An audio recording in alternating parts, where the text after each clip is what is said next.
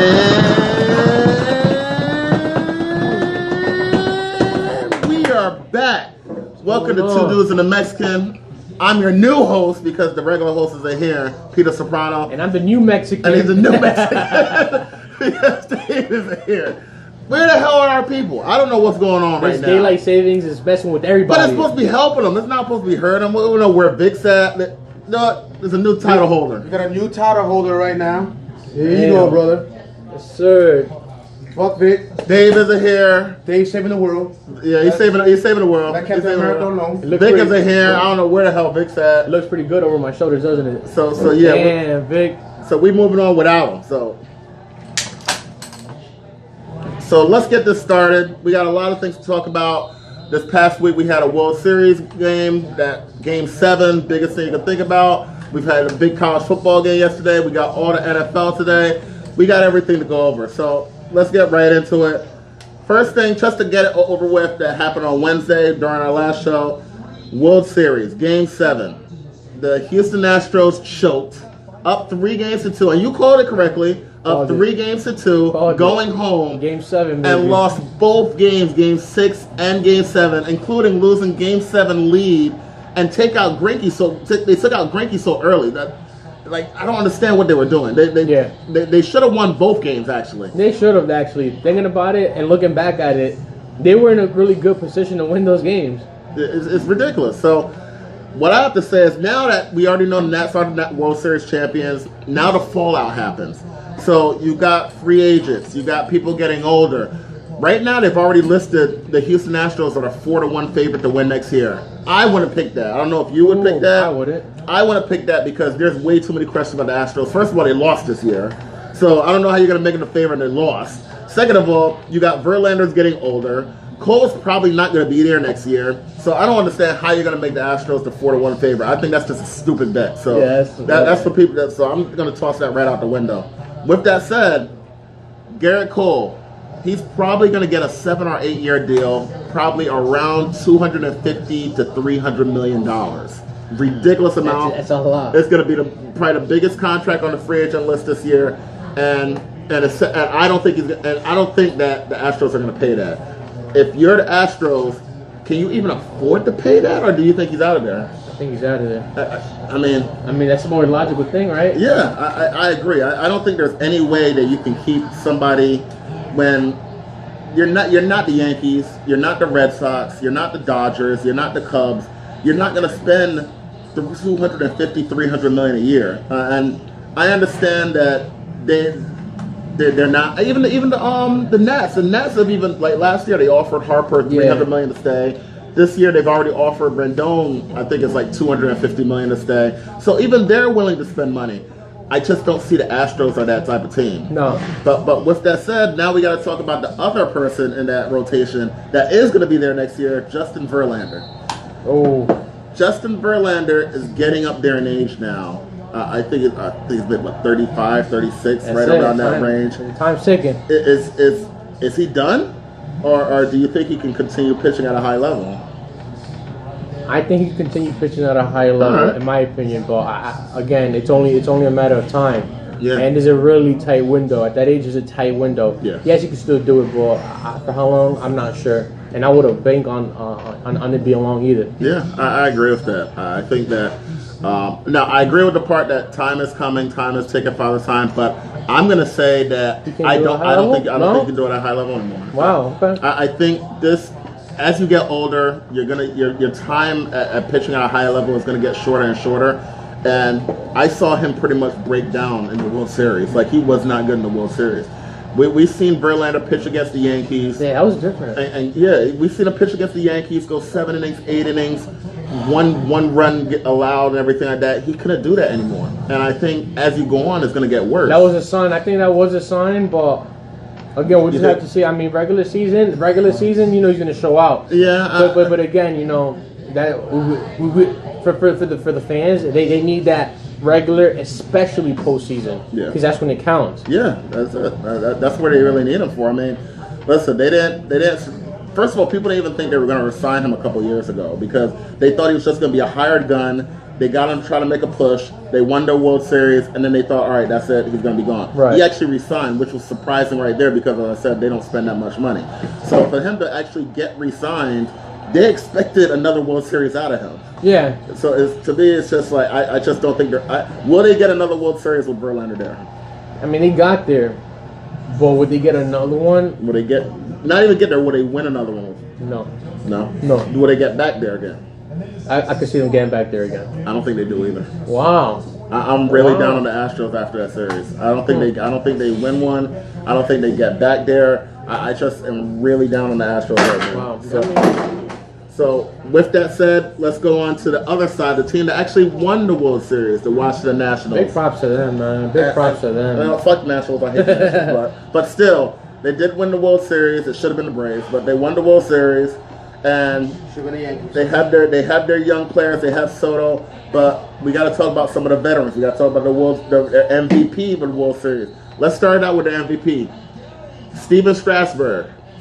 He has an opt-out clause. He can either stay. He has 4 more years on his deal. He can stay in his deal, $100 million. But it's already been reported he's going to opt out. Right. He's 31 years old. He's probably going to get, I would say, a 5-6 year deal. Probably around 175 to 200 million in that range. If you were him, would you stay for those 4 years, 100 million, or will you opt out with a chance of maybe leaving the team that you just won a World Series with? That's a tough decision. I mean, you're making a little bit more money, but if your team isn't willing to pay it, you're leaving the team you just won a World Series with. I'll probably stick around. You'll stick around? I would stick around, to be honest. See, I'm gonna look at the other way. I won my World Series. I was the MVP of the World Series. You could definitely look at it that way. So you know what? I want to get paid more now. So and yes, he's gonna get paid. He was gonna get paid 100 million over the next 4 years, but 100 million over the next 4 years is a big difference than 200 million over the next 6 years. You're right, B. No, you're actually right. You're actually right. He got his championship. Yeah. And you got the opportunity to go make more money. Yeah, why not? Damn, you know what? That's actually a really good point. The reason I said I would stick around is because look, they showed the capability. I mean, they just won the World Series. Yeah. And you know, you want to keep that together and try to win again. Right, but how likely is that going to happen? And with that said, you got to talk about if you're going to have that same team back, because the other guy that we're about to get to, Anthony Rendon, has been probably their best player all year. He's been their team MVP, and he's going to get a huge contract this all season. I think he's 29 years old. He's going to get a monster deal. And I don't think the Nets can pay that. Like I understand they offered him a big deal, but if they're going to re-sign Strasburg, which they have to do, they have to keep him. Yeah. And you can't pay Rendon $300 million. You can't pay him $250. You can't pay Strasburg almost $200 million and then Rendon almost $250 million. You can't spend $450 million this offseason. It's ridiculous. You can't do that. It's a lot of money, man. It's a lot of money. There's no way they can pay that. So I don't understand. I think Rendon's going to be gone. I agree with you. And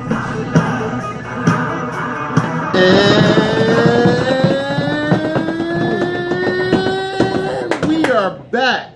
Welcome to Two Dudes and a Mexican. I'm your new host because the regular hosts are here, Peter Soprano. And I'm the new Mexican. And he's the new Mexican because Dave is here. Where the hell are our people? I don't know what's going on right now. Daylight savings is messing with everybody. But it's supposed to be helping them. It's not supposed to be hurting them. We don't know where Vic's at. No, there's a new title holder. You got a new title holder right now. Here you go, brother. Yes, sir.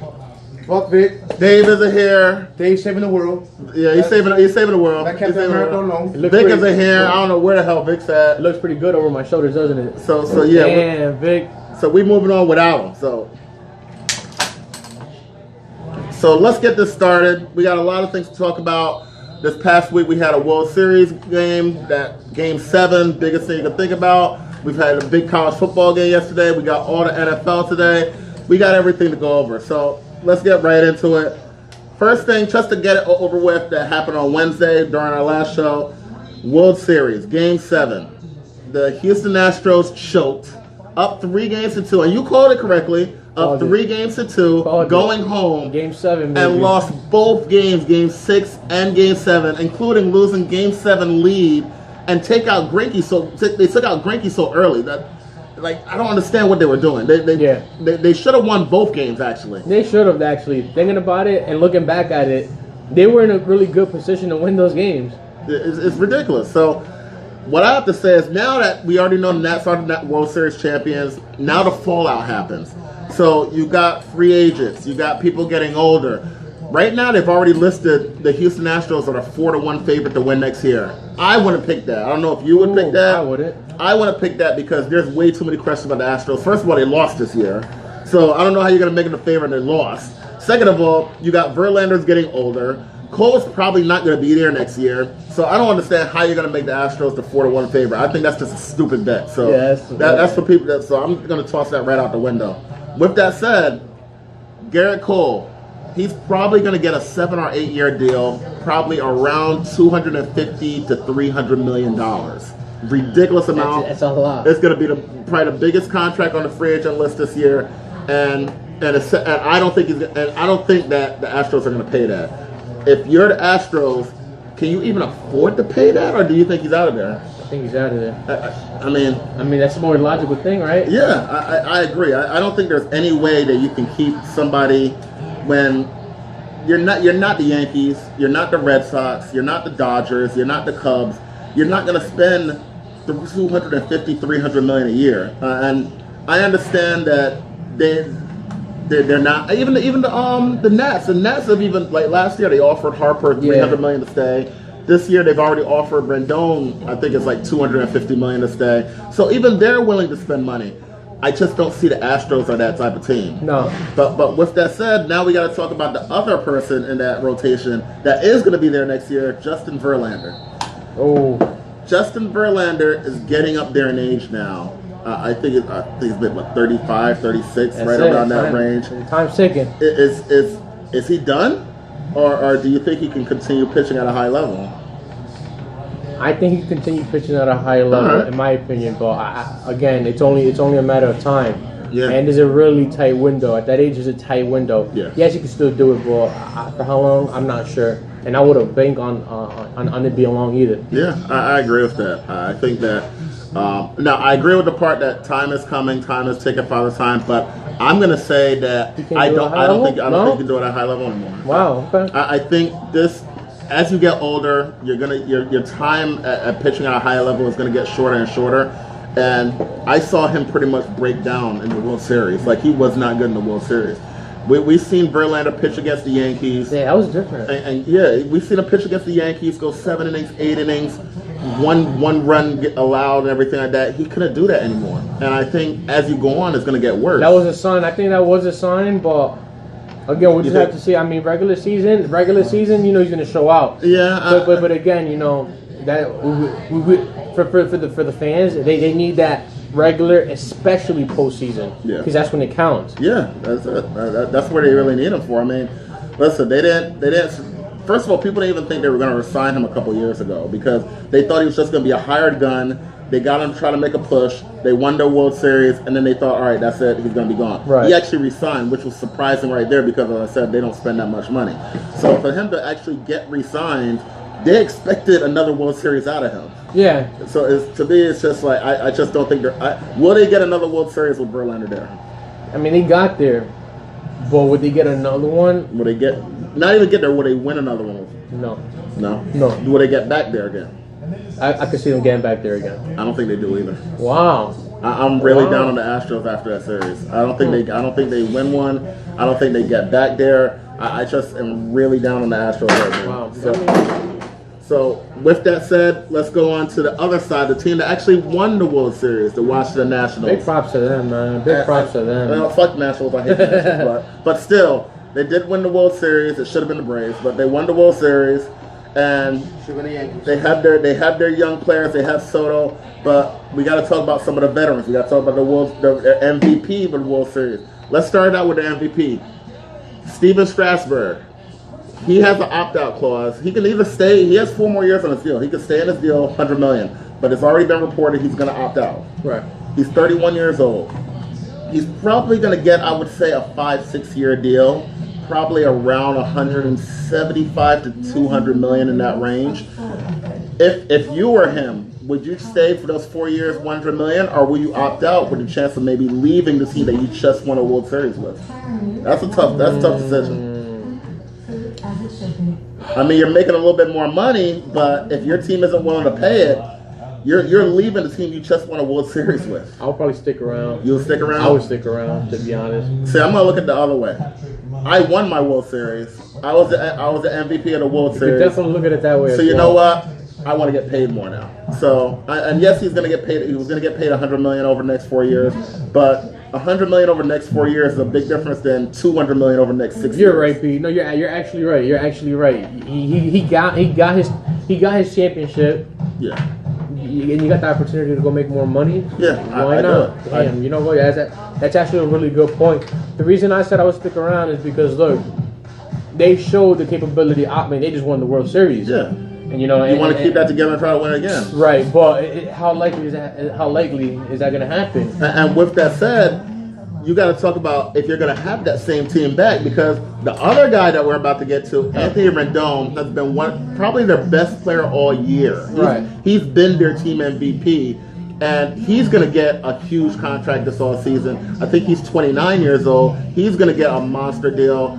And I don't think the Nets can pay that. Like I understand they offered him a big deal, but if they're going to re-sign Strasburg, which they have to do, they have to keep him. Yeah.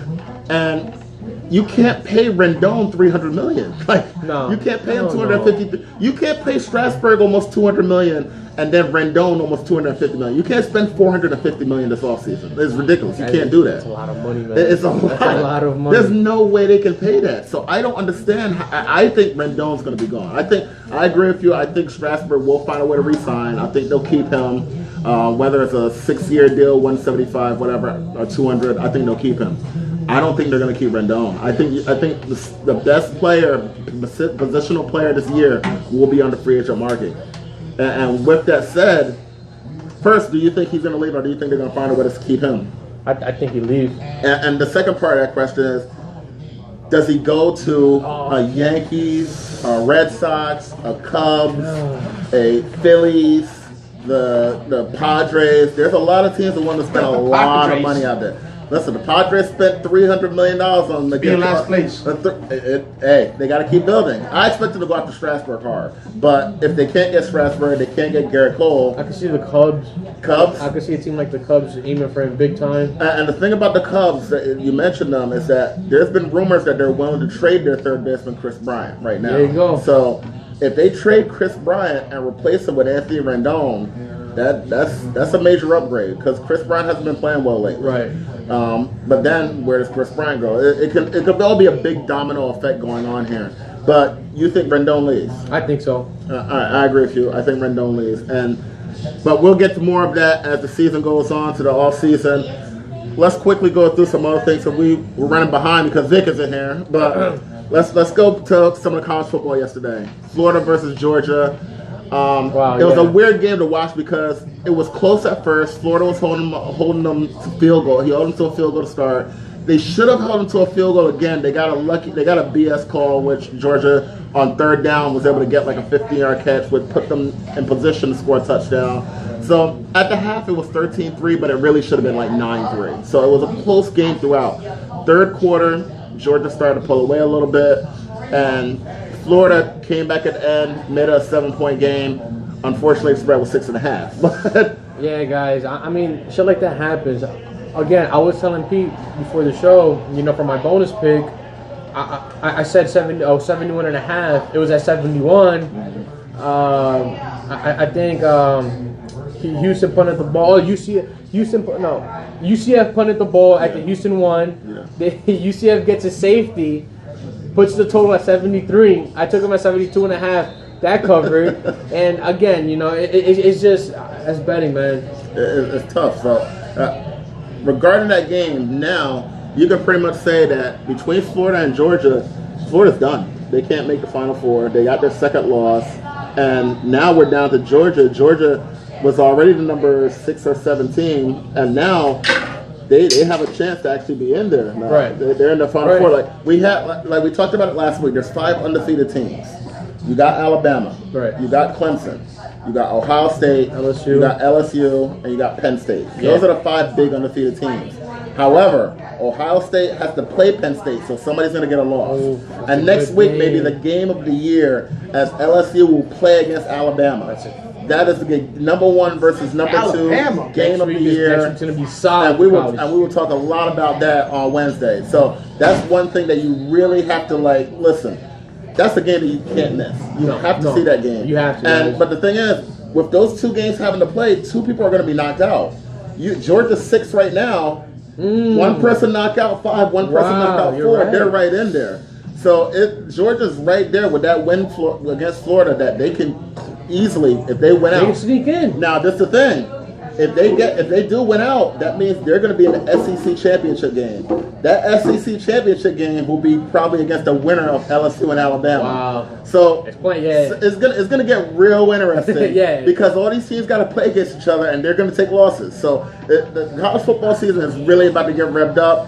This was week 10. They got probably about 4 weeks left. It's going to get really revved up in those last couple weeks. And that championship Saturday with all the championship games could decide everything. Because the Big 12 championship, the Big 10 championship, the SEC championship, all of them are going to have good teams that are trying to get into that Final Four. So it's going to be unbelievable. Yeah, week 11 is going to be amazing. And it's that time of year where, where teams are looking out, they're from the outside looking in, and certain teams, like you said, are squeaking in, looking inside out. Yeah, it's going to get tight. And every year, there's always that one team that bitches at the end, like, I should be in there, I should be in there. Oh, God. But you know what? I always have the same rules.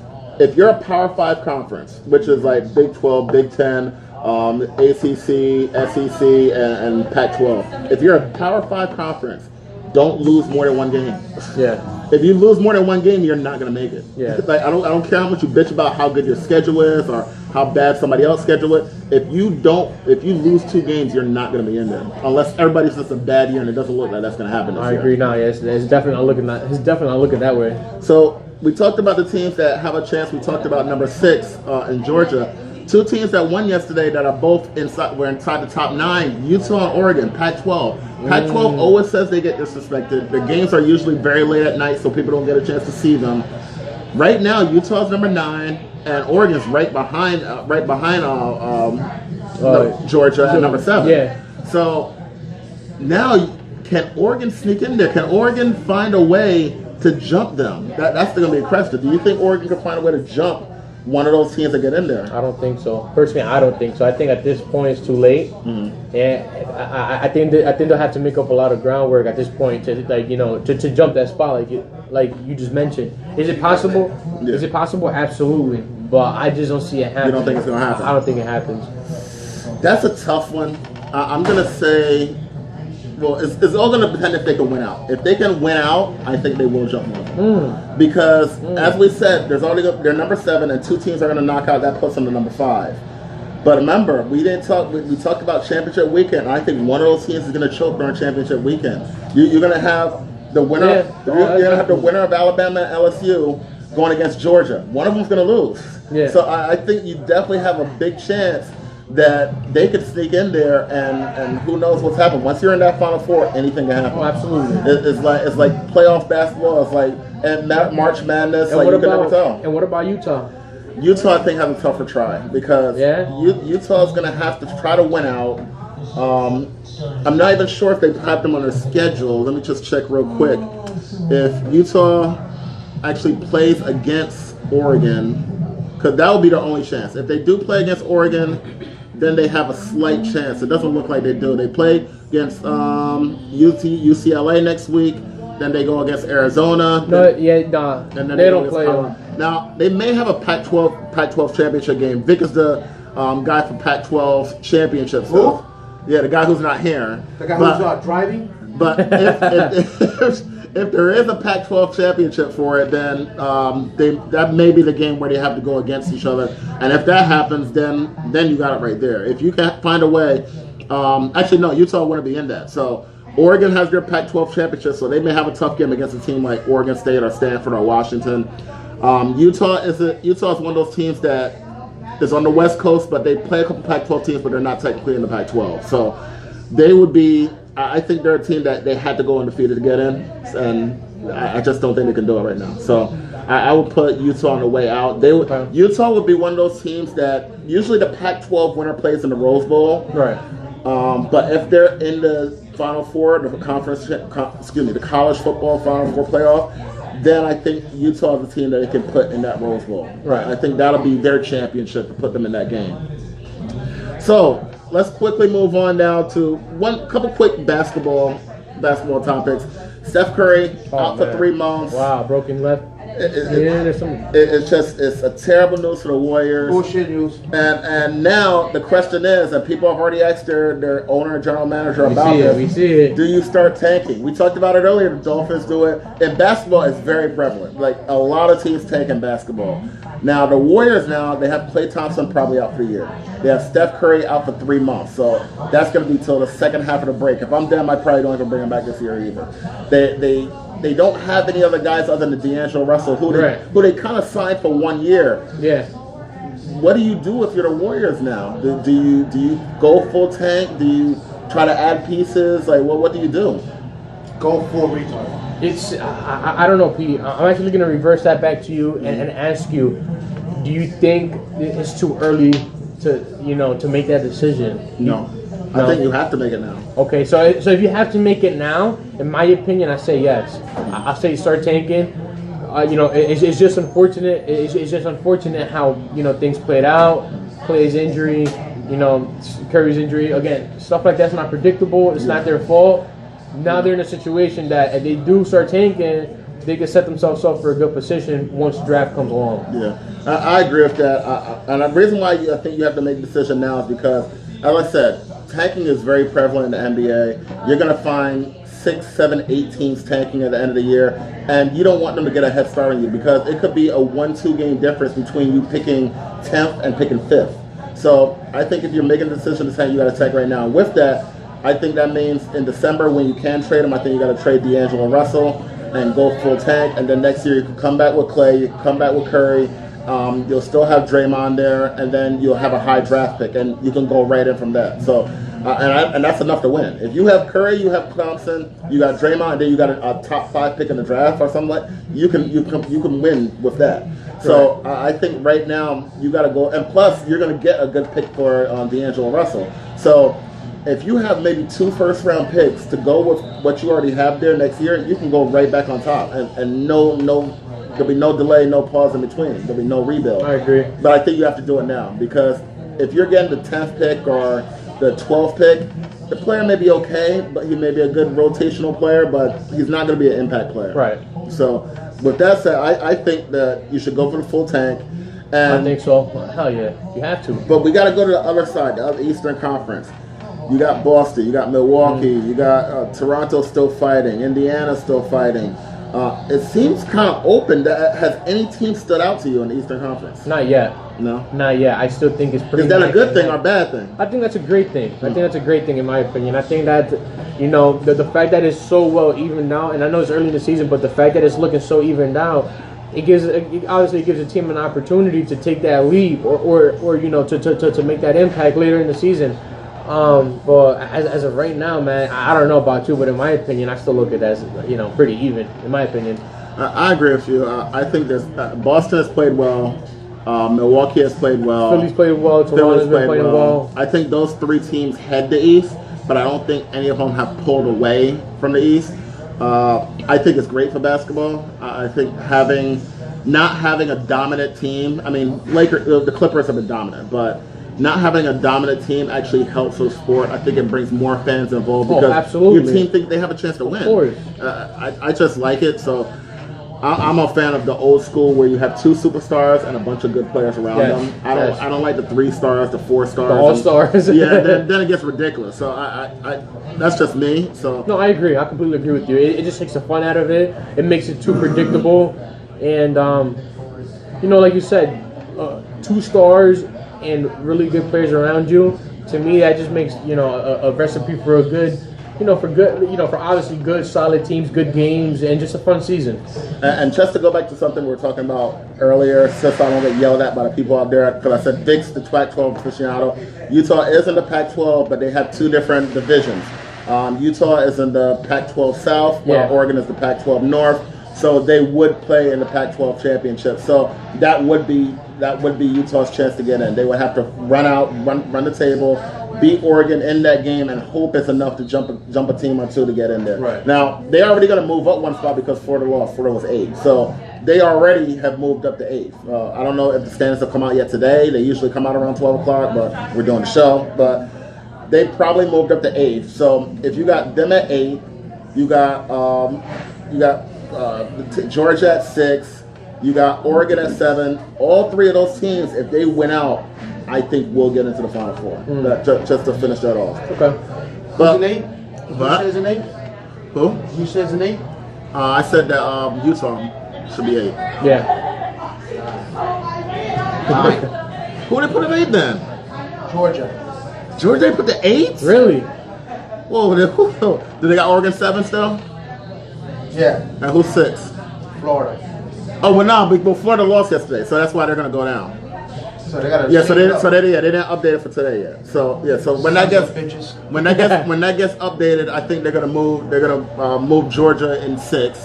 They're gonna have Oregon at 7, and then they're gonna move Utah at 8 by the time it's done. So now let's get to the big part of the day. It's NFL Sunday. Let's get these picks. We already got our picks from Pete's Corner in, but we got to talk about first the game of the day: New England Patriots versus the Baltimore Ravens. What do you say is going to happen in that game? Honestly, in my opinion, I think New England wins pretty easy. But I am curious to see. But I am curious to see how they go up against Lamar Jackson, a very versatile quarterback. He's a very good quarterback. I like him. Not only can he run the ball, but he doesn't fold under pressure. It's an interesting matchup. I just think that New England's too much for them, and I think Bill Belichick is gonna find a way how to slow down Lamar Jackson. In my opinion. That's interesting. I will say that Bill Belichick is the best in the league at taking away the top weapon. And right now on that offense, he is the top weapon. So, but he doesn't usually go against running quarterbacks that often. So it's going to be very interesting to see how he does that.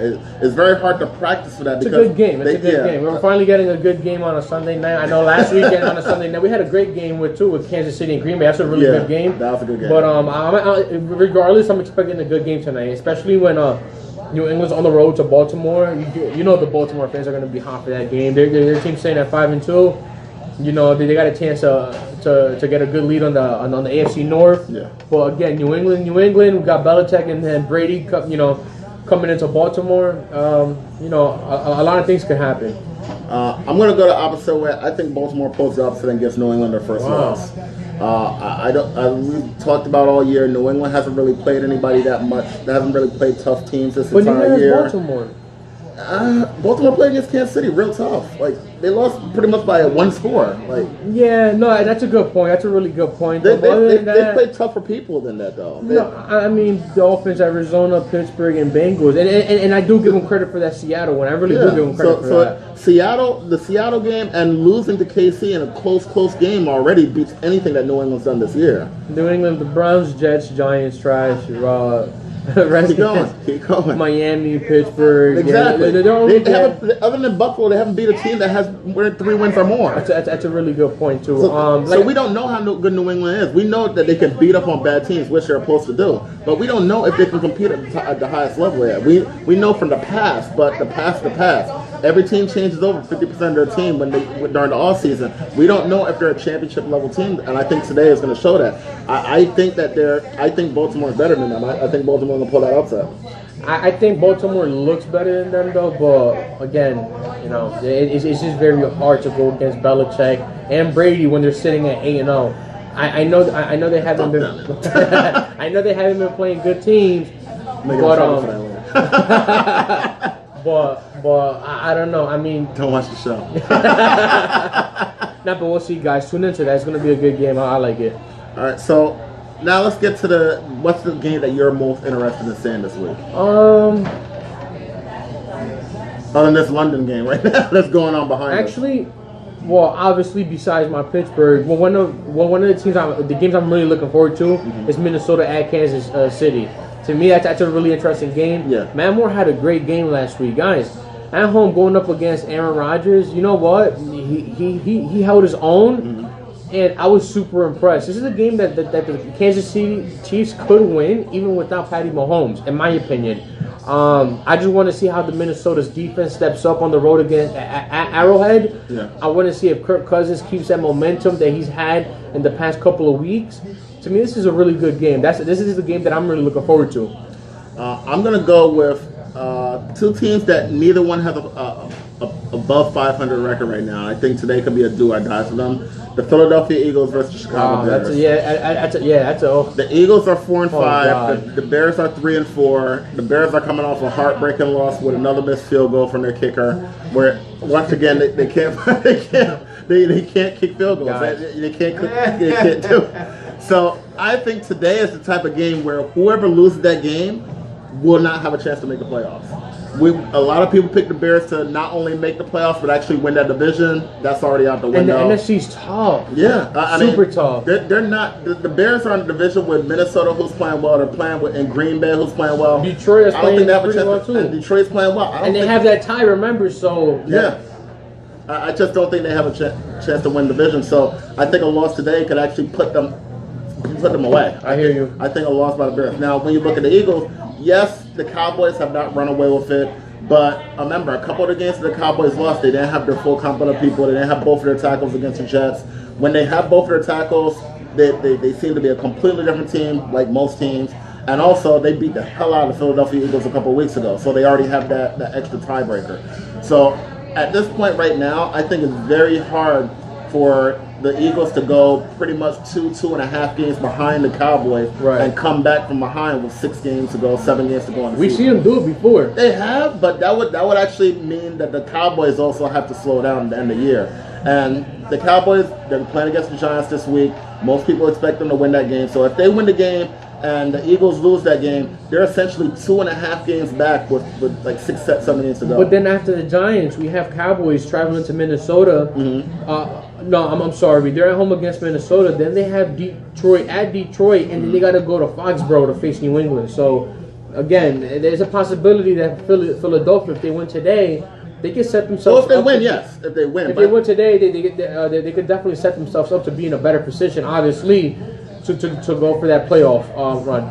I agree with that part, but then you also have one. The Eagles' schedule does get easier, but they also have to go and play against the New England Patriots later on. They have to play against Seattle. They have to play against Dallas again. So they're going to have tough games too on their schedule. So I think if they lose the game today, going into a bye, I mean, and then you got to come out that bye and play New England. That's a tough schedule. And then after that, then you play Seattle. Yeah, like they can make a real big run at the end of the year. Because at the end of the year, they play Miami, they play Giants twice, they play Washington and Cowboys. Will be the one tough game. Right. So they can come on strong at the end. But I just think a loss today, and then a loss to New England, and then a possible loss to Seattle, I think it puts them too far back. I don't think they can make up from that. And I think they do lose the New England game, assuming New England is at least above average, because the Eagles have not even played above average this year. So as long as New England is above average, and I think they are, I think they'll be able to beat them, and I think they'll be able to beat the Eagles. And then you have the Seattle game, which could be maybe their make or break game of the year. That's the game that either they win that game and maybe it sets them on their run, or they lose and they're completely done. So I agree. That's it. Yeah. But that's our show this week. We tried to get you as much stuff. But wait a minute, before we end the show, all right. I want to talk about Divegate. All right. No. I want to talk about Divegate because last night, first of all, we saw the Zone be just complete bitches last night to UFC, which makes no sense because UFC is not even part of the Zone. Bellator is. Wow. So you let your network's competitor pretty much run your network. That makes no sense. I just canceled my subscription at Zone. I've never seen that before. That was ridiculous. On the night where you're gaining an hour, where you're losing an hour. You wasted that essentially, hour. To try to wait for that. Yeah, dude, it was a bizarre night. It was super bizarre. You wasted an hour. So just a quick rundown if you don't know. The Zone executives decided, John Skipper decided, we're going to wait till the UFC main event that took place in Madison Square Garden is done before we go with our main event. And All the fights from boxing took place really fast. We had a first round knockout by Ryan Garcia, and then all of a sudden it's 11:20. Yeah, there was people yelling about a dive there too. That didn't look good, but there's 11:20, and the main event doesn't go off till 1:10. They sat there for hours. Yeah. They're over an hour and a half just sitting there. Almost 2 hours. And the thing about it, they had their gloves on. Yeah. So they were ready to go out there. They had their gloves on at 11:45. And then you check back, they check back with them like every 15, 30 minutes. And both of them are on the couches laying down with their gloves like this. Like, and how then do you they waited, do that? and then they waited for the main event to finish, to then do the anthem, to then do the ring walks, and do. Guys, It was so stupid. this is where I really miss HBO boxing. Honestly, It this was is so stupid. no. I mean, Floyd. Look, and This would never happen to Floyd. And I was asking you before. Does this happen with Miguel Cotto? No, we're not having Oscar Cotto De La would have Hoya. walked out. You know, and you brought up the no. fact, and you brought up the fact about Pacquiao watching the game, but that was because he chose to Yeah, do that. that was the boxer wanted to delay that fight. And he was This running one, on a treadmill watching the game. Exactly. Like he wanted to delay that fight because he was watching something. It was his show. It was Pacquiao was the star. It was his show. And this one, you got your number one star in the sport, the guy making $36 million per fight, sitting there placing, laying on the couch because you can't fucking put the show on. It's unbelievable. Because you decide to move. Because you decide to put UFC, something that you don't even cover. You cover Bellator. That was the most idiotic decision I could ever make. And then Subscription canceled. And then the worst part about it is then they tried to justify it after. They tried to say, "Oh, well, we got a little spike in viewers after the UFC fight." Was it done." worth it? Because they're about to get a cares? spike in unsubscription. Exactly. Who cares? Like, but you know what? I say this is why boxing fans get treated the way they do, because I know a lot of people that they're still going to watch it anyway. So, of course. so no matter how bad you treat them, and shout out to Scott Hill, because we talked about this last night. Boxing fans get treated like shit, but they're like abused wives. They will keep going back. Whoa. It's It honest. just got dark a little. Listen, listen. We don't condone that. No, we definitely don't condone that. But listen, all the times that boxing fans, they don't get the fight they want. All the times that you get a bullshit judge's decision. All the times that they will make you stay up till 12, 1 o'clock in the morning to see a fight, and then it ends up being a BS fight. Boxing treats you like this because they keep coming back. Well, let me tell you something. As a diehard fan, you know what I do in those situations, and again, we spoke about this last night via text, but in these situations, in my opinion, it's unfortunate. I'm never going to stop watching the sport, but what I would stop doing is stop buying pay-per-views, stop hosting fight parties, stop doing all the extra stuff that we used to do when Floyd, Oscar, Cotto, Mosley, guys like that was around. I said it. I miss Floyd. I miss Floyd too, and, Yeah. and again, You got a problem with that? You can write into the station. I could listen, man. Listen, I know Floyd was hated. I didn't like Floyd's personality, but damn, dude, his fights in May were amazing. It's getting warm, They were barbecues. events. They were holidays. I don't care. Listen, people won't out like this, but I don't care how much that people want to say, listen, Canelo's the star of the sport. He is the star of the sport right now. He is not Floyd Mayweather. Not Floyd. Floyd Mayweather, as I said last night, he would not have moved the show back. Floyd Mayweather would have purposely had it come out at the same time as the main event just to say fuck you UFC. Let me ask you something. Do you think Canelo could have competed with Miguel Cotto in June for Puerto Rican Day Parade weekend? I don't think so. Come on, no Personally, way. I don't think so. Again, yes, Canelo's a star now. And I'll tell you something else. Floyd could come out of retirement right now and get more rings than Canelo. If you had Canelo versus Golovkin, right, and that's supposed to be the biggest fight, trilogy, biggest fight. You have Floyd come out of retirement today and say, "I'm going to fight Spence on the same day." More people are going to watch Floyd versus Spence. I'm gonna watch Floyd versus Yeah, Spence. more people are going to watch. I'm gonna watch Floyd versus Spence, and I wouldn't even bother streaming that third trilogy fight. Exactly. Honestly, I know, but again, that's the point that we're trying to say, and what Pete's saying too, is that it's not the same anymore. Boxing treats their people like shit, and now it's gone from just treating the fans like shit to now treating their boxing star like shit.